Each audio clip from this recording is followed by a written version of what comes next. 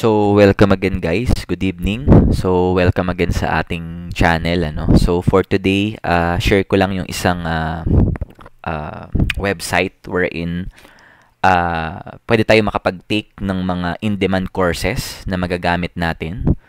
So, the website is skillsforall.com. Okay, by Cisco Networking Academy. So, ito yung lagi kong sinasabi guys, kung minsan kahit tapos na tayo, nakagraduate na tayo, nakapasa na rin tayo ng board exam. So, kung minsan, nahihirapan pa rin tayong mag-land ng job dahil, syempre, wala pa tayong experience, wala pa tayong training. So, ang laking tulong nito, guys, yung skillsforall.com. So, kung nag-aaral ka pa ngayon, pwede ka nang mag-take ng ganitong mga courses at nag-offer din sila ng mga certifications. So, explore natin saglit, kung ano ba yung mga courses na nandito sa Skills for All at kung talaga bang in-demand yung mga courses na nandito. So, tingnan natin. Ayan.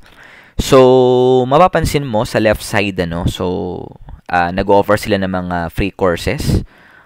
Cyber Threat Management, Endpoint Security, Introduction to Cyber Security. Ayan. So, yun yung unang-una, So, about sa cyber security. Next is Data Science and then Networking Basics. So, tingnan naman natin tong mga pwede mong i-take na mga courses wherein pwede mo siyang ituloy at maging certified ka. So, ayan. So, under Cisco certification, so nag-offer sila ng Cisco Certified Support Technician, Cybersecurity to, or CCST. And then sa networking naman is Cisco Certified Support Technician, Networking. Ayan.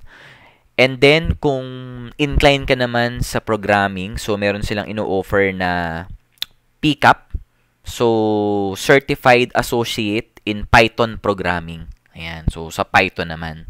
So, regarding naman sa mga subject area, so under, yun nga, cybersecurity. Ayan, in demand din, So, ano yung mga pwedeng topics na under cybersecurity? So, nandyan yung cyber threat management, endpoint security, ethical hacker, introduction to cybersecurity, tsaka network defense.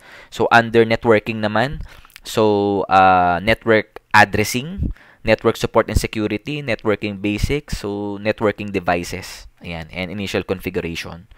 So, pwede rin in terms of sa IT side.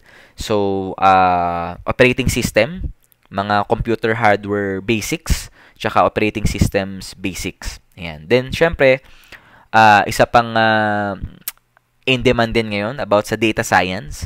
So, pwede mong i-take is yung Introduction to Data Science and then yung Data Analytics Essentials. Ayan. So, under programming, ayun nga.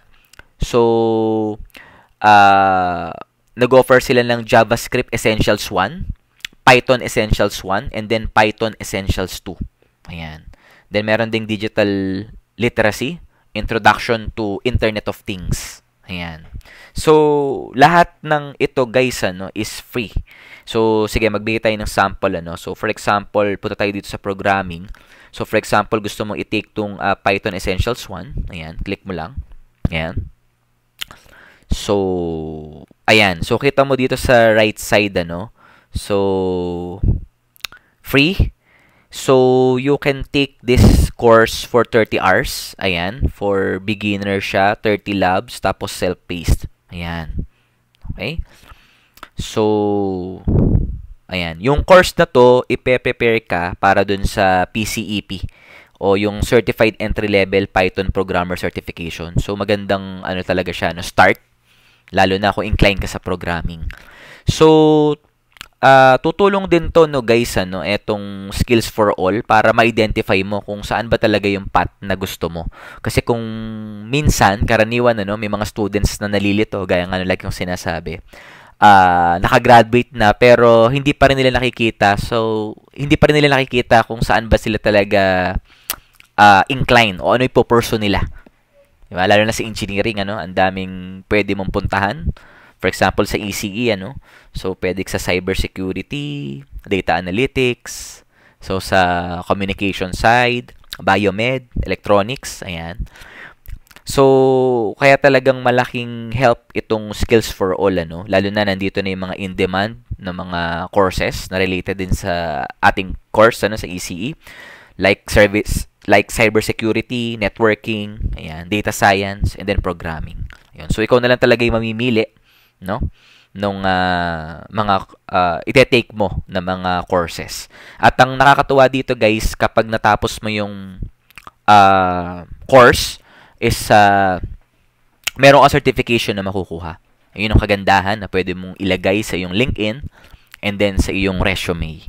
So, kahit hindi ka pa nakaka-graduate, is iipunin mo lang siya. Ayan. So, syempre, ang first step is to first step is to kailangan mo munang gumawa ng account. So, click mo lang tong login. Ayan, sa right side. Click mo yung login.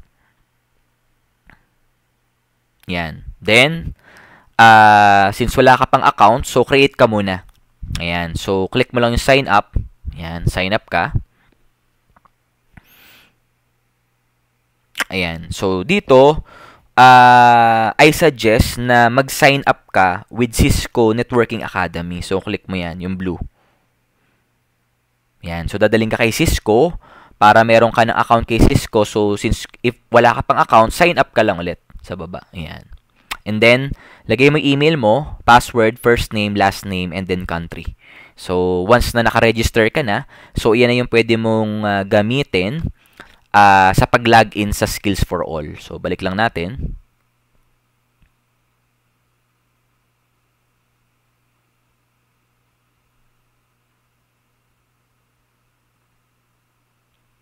Yan.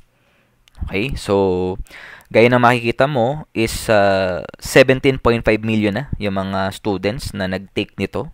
Ayan, in 190 countries. So, ibig sabihin, marami ring mga students na nagte-take nito. At, gaya nga na sinabi ko kanina, it will fast-track your career. Ayun, ano? Bakit mo ba ito iti-take? Yung Skills for All under ng Cisco Networking Academy. Ayan. Kasi nga nandyan yung mga in-demand courses like cybersecurity, networking, Python, and data science. Ayan.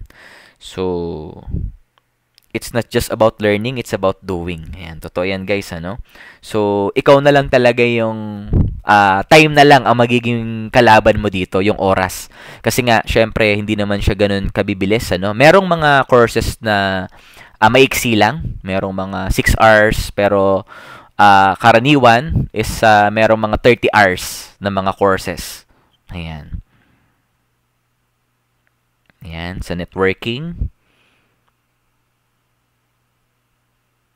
Ayan. So, dito rin sa baba, makikita mo rin yung mga iba't ibang mga testimonies ng mga students na kumuha ng free courses dito sa Skills for All at talagang nagamit nila. Ayan. It paved my way into an IT job. Ayan, gaya ng sinasabi nila dito, no. Iba't ibang mga students ng iba't ibang bansa. Ito, meron from the Philippines, ano. Tingnan nyo, it helped me to get the job that I am currently in. Ayan. Okay? So, yun lang, guys, ano. That's it. Sana masubukan nyo, no, etong Skills for All. Gawa kayo ng mag-register muna kayo, then pili na kayo ng mga ite-take nyo na mga courses. So, I suggest na focus muna kayo sa isa. Focus muna kayo. Kung cybersecurity, puro cybersecurity muna. So, para lang makapag-focus muna kayo sa isa. Then, once na natapos nyo yun, lipat na kayo sa next. So, that's it, guys. So, thank you, ano. Thank you